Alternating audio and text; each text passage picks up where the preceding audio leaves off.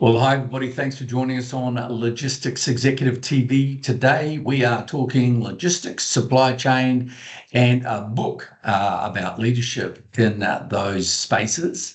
And I'm joined today by a veteran and legend of the logistics and supply chain space in Southeast Asia, and particularly Singapore. The awesome privilege of catching up again with Peter Sundara Swamickannu. Peter, thanks so much for joining us on Logistics Executive TV. Kim, thanks for having me, Kim. It's brilliant to see you again after your trip here to Singapore.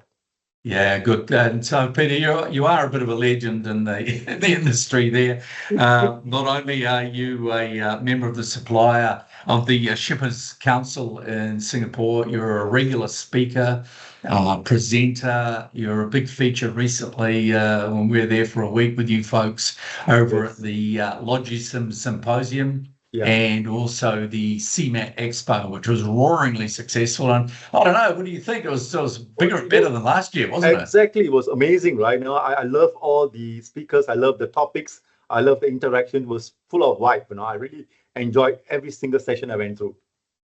A lot of collaboration and a lot of fun and games. And the awards dinner with about 600 people was something to behold as well. Right? Totally. It was so noisy and roaring. It was fantastic. The energy was amazing. I think you and your team are on the late shift. Anyway, so Peter, today you've done amazing things in the industry over the last few decades, and you've collaborated with a bunch of colleagues and collaborators in logistics and supply chain to produce a book. So we're talking about book review today. Yep. Tell us about the name of the book and tell us about your motivation for writing it, and then I'm going to ask you some speakers about some things about it. Thanks again, Kim. Right, the book's title is called "The World Thought Leaders." It was a book chaired and spearheaded by a publisher in Australia. She runs a network company called Global Signature Network, and she brought out about 7 of us to talk about our leadership journey. Right, and what's the motivation for me? I've been in the industry for almost more than 20 years. The key thing for me is that I've gained a lot from mentors, from others who have groomed me to become a leader. And I believe it's my time to contribute to the leadership, especially to the young generation, right, who looking for a career in logistics. How do you groom yourself to become a leader? What are things to look out for? Yeah, that's all. Brilliant. Well, yeah. So, Peter, that's really interesting because there really is never enough information for folks, whether they're young folks and they're starting their career or transitioning from a different career into logistics or supply chain. Tell us about some of the aspects of the book. Tell us about some of the topics that you've written about and the particular chapter that you focused on. Yeah, okay. So particularly the chapter I focus on, or some of the topics I look at, is that one of the things I really gained from my whole experience is mentorship. Throughout my career, there were senior leaders in my company who grew me, right, to take up leadership skills. That's number one. Number two, going through a management training program, right, that you understand the end-to-end process in container shipping. So these are 2 areas that I fully covered in my book. And another key thing I fully cover in the book is that I summarize the whole chapter in my book through the word called DAD. D stands for discipline, A stands for adaptability, the other stands for determination. As a leader in my books, you must have these 3 things in your life to become a leader, to be recognized, to enjoy the confidence and trust from your colleagues. Yeah, sure. And well, thanks for sharing that. And of course, you are seen as a significant mentor with the various organizations that you belong to, and also through your career and the long period of time that I've actually known you, which is awesome. What do you find as some of the major challenges that young people are coming across getting access to the industry, and how can the generations that are not X and Y generation make it a little bit easier for people to get into the industry?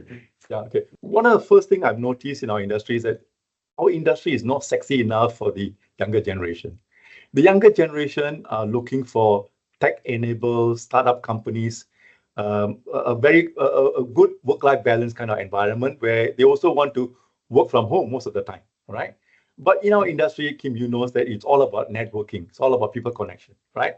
And it's also about working long hours, because logistics 25/7, right? There's no way you can fix your time. Okay, I'm only going to work only 8 to 5. There's nothing, right? So there are some key elements in our industry that the young generation may not like, may not look at it as very sexy enough. So we may have to change that, right? We have to really change that. How do you combine the hardcore supply chain with the tech and attract young people into the industry? Because the young people are very quick in terms of embracing the technology, but they may not have the experience of managing the ground problems. So you need to have an atmosphere we combine both together, and the young people really enjoy our industry very much. Yeah, brilliant. I mean, to be honest, what are you seeing? Do you see older generation managers struggling with the pace and the acuity and the broad knowledge that a lot of younger generation people have got these days through just picking up so much of podcasts, so much online information with so many different sources of knowledge? Is that a struggle for older managers now? Yeah, I think that it is a slight struggle if you do not have the ability or aptitude to unlearn and relearn, right? If you don't have that mindset, it's very difficult for you to change. Even in my case, right? Even though I'm in the industry for long, I also continue to take courses that allows me to embrace the latest technology, whether it's digital transformation, whether it's a data science, whether it's a digital marketing. You need to take all these courses to make yourself embrace. At the same time, you may not be a very expert in these areas, but the lingo, the terminology you gain, when you communicate with youngsters, they understand, hey, this guy is talking good stuff. That's key. That's key. And it gives you confidence, right? Yeah. Okay. Yeah, good. Well done, Peter. So if there was one thing that you wanted folks to take out of your chapter in the book, what would it be? Okay. One thing that really want people to take out my book is discipline. You may have different goals and dreams, but if you do not have the basic discipline, right? For example, wake up early in the morning, do your chores, come to office on time, given your task, finish on time, learn. If you don't have that kind of discipline, it's very difficult to achieve your dreams. And I spent quite a lot of my session on my book on discipline, which I earned a lot from Singapore, serving the national service for 2.5 years. I picked up a lot of things about discipline in the army. I think for me, that is fundamental in anybody who wants to become a leader or wants to achieve your dreams. Well, I've always liked that about Singapore and some of the other countries that we operate in is that military service. I've got to say, I just think that is such a good background for folks, guys and girls to get in amongst that. And I know so many people from Singapore that really have leveraged that, and that's virtually everybody because it's compulsory, right? Exactly, it's compulsory. Look, people don't understand is that it is an institution where they pay you and give you free tuition what's not to like? Exactly. Totally. And I really enjoyed my life in the 2.5 years in the military service. Yes, I enjoyed my life. I'm sure. Brilliant. Okay. And just briefly then, before we wrap up, what are some of the key subject matters covered by the other chapters for your colleagues in the book? Maybe 2 or 3 of the headings for what people can expect from the book. Okay. So the other headers, you can see that some of them talked about how they've moved from Europe and work in China. And I believe that is a kind of interesting chapter where you need to understand the culture and how to operate in that environment. The other chapter I really enjoy is there are also what we call quiet leaders. Leaders who are not out there, very extrovert, but they're quietly behind the scene, achieving what they want to do. And there's another element that's also covered in the chapter. So these are 2 elements I really enjoyed in the books besides what I wrote about in my chapter.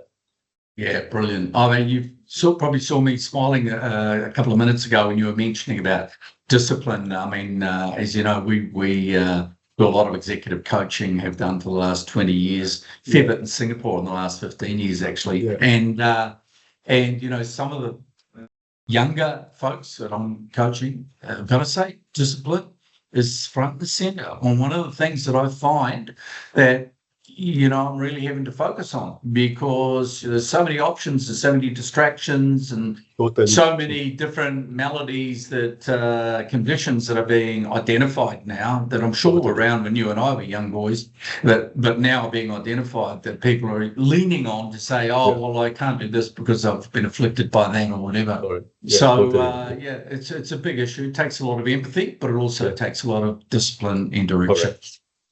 Peter, thanks so much for joining us and talking to us about the book.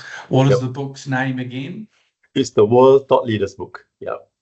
World Thought Leaders. Yes, exactly. That is a hell of a title. So people are going to have big expectations about that, mate. Totally, Is it man. focused mainly on logistics and supply chain, or you Correct. step outside of that? No, it's basically Okay. most of the authors are logistics and supply chain people. Okay.